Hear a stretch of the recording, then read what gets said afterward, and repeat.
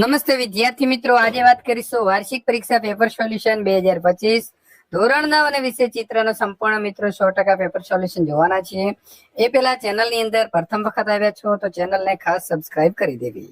વિદ્યાર્થી મિત્રો, સંપૂર્ણ આદેશ પ્રશ્નપત્ર છે તેના કુલ ગુણ 40 અને સમય 1 કલાકનો રહેશે. તમારે OMR શીટની અંદર જવાબ લખવાના રહેશે. પ્રશ્ન નંબર 1, કઈ પેન્સિલ સૌથી વધુ કાળી અને પોચી પેન્સિલ છે? તો 6B. નંબર 2, ચિત્રપોથીની અંદર વર્તુળ દોરવા માટે કયા સાધનનો ઉપયોગ કરશો? તો પરિકરનો. કયા રંગ દ્વારા તાજગી, સમૃદ્ધિ અને ફળદ્રુપતા દર્શાવી શકાય છે? તો લીલો. સાવધાનમાં ઉભેલા સૈનિક કઈ રેખાનું પ્રતીક છે? તો ઊભી રેખા. નંબર 5, ભૂકંપનું દ્રશ્ય દર્શાવવા માટે કઈ રેખા ઉપયોગમાં લેવાય છે? તો ગુણક રેખા. નંબર 6, ચિત્રમાં ભય, કંપારી અને ધ્રુજારી દર્શાવવા કઈ રેખા વપરાય છે? તો ત્રુટક રેખા. નંબર 7, ચિત્રમાં બળ કે તાકાત દર્શાવવા કઈ રેખા વપરાય છે? તો પાતળી રેખા. દરબારી ઠાઠ અને બાદશાહી દમામ દર્શાવવા માટે કયો રંગ વપરાય છે? તો જાંબલી. આપણા રાષ્ટ્રીય ધ્વજના વચ્ચેના પટ્ટામાં કયા રંગને સ્થાન આપવામાં આવ્યું છે? તો સફેદ. રંગચક્રની અંદર પાસે આવતા રંગો કેવા રંગો કહેવાય? તો સજાતીય રંગો કહેવાશે. નંબર 11, કોઈ પણ રંગની અંદર કયો રંગ ઉમેરવાથી તે રંગનો ટિન્ટ બને છે? તો સફેદ. નંબર 12, જ્યાં પ્રકાશ ન પહોંચી શકે અને પડછાયો દેખાય તો તેને શું કહેવાય? તો છાયા. ભારતમાં ખાલી જગ્યામાં ભાત ચિત્ર ઓતપ્રોત થયેલું જોવા મળે છે? તો શિલ્પકામ. ભાત ચિત્રનો મુખ્ય ઉદ્દેશ કયો છે? તો સુશોભન. સૂરજમુખીનું ફૂલ કયા પ્રકારના વિસ્તરણનું હોય છે? તો કેન્દ્રમાંથી. કાંસકો કયા પ્રકારના વિસ્તરણનું ઉદાહરણ છે? તો પાયામાંથી. આપેલા પરિમાણોમાં કયા એક પરિમાણનો સમાવેશ થતો નથી? તો ઊંચાઈ.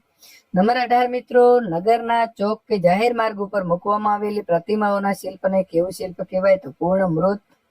સરકારના પુરાતત્વ ખાતાની માહિતી પ્રમાણે રુદ્ર મહાલય કેટલા માળનું હતું? તો 2.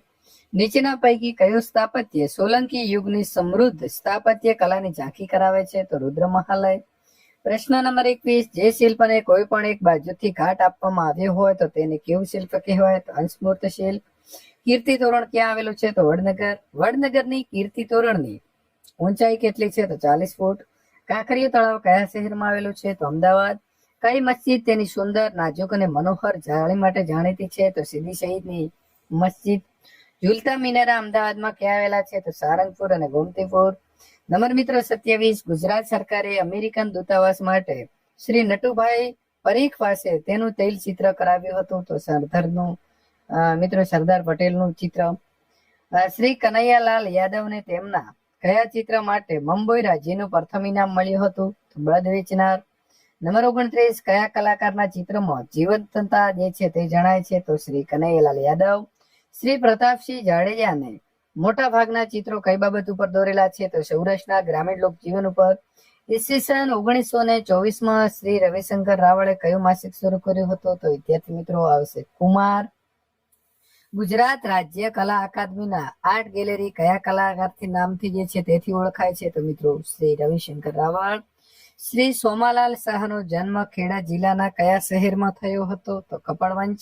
નંબર 34, નીચેના પૈકી કયું ચિત્ર શ્રી સોમાલાલ શાહનું છે? તો નંદ ઘેર આનંદ ભર્યો.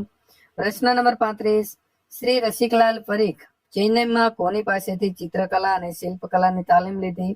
તો શ્રી દેવી પ્રસાદ રાય ચૌધરી પાસેથી. શ્રી બંસીલાલ વર્માનો જન્મ ગુજરાતમાં તારંગા હિલ પાસેના કયા ગામમાં થયો હતો? તો ચોટીલા.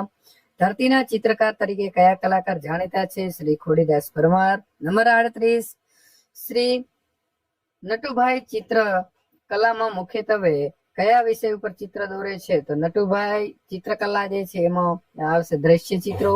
કયા કલાકાર માટે કુદરત એ ઘર છે? તો નટુભાઈ પરીખ. પ્રશ્ન નંબર 40, શ્રી કનૈયાલાલ યાદવનો જન્મ મધ્યપ્રદેશના કયા શહેરમાં થયો હતો? તો રતલામમાં. વિદ્યાર્થી મિત્રો, બીજા વિષયના આ પ્રકારના પ્રશ્નપત્ર મેળવવા માટે અહીં આપેલી એન્ડ સ્ક્રીન ઉપર ક્લિક કરી શકો છો.